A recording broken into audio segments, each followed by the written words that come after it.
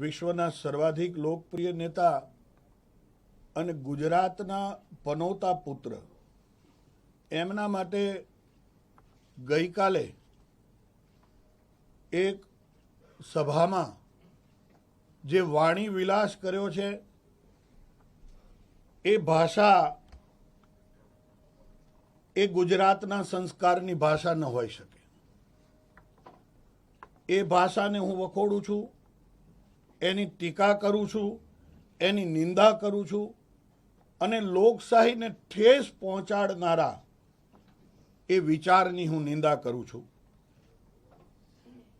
આ અપમાન એ કોંગ્રેસની કાયમી નીતિ, એ પરિવારવાદની નીતિ રહી છે।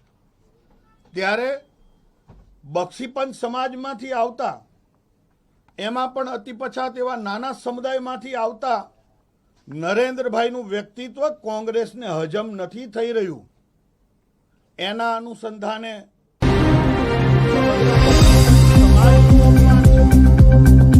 સમગ્ર ઉત્તર ગુજરાતનું અપમાન છે અને એનાથી આગળ એક માતાનું અપમાન છે।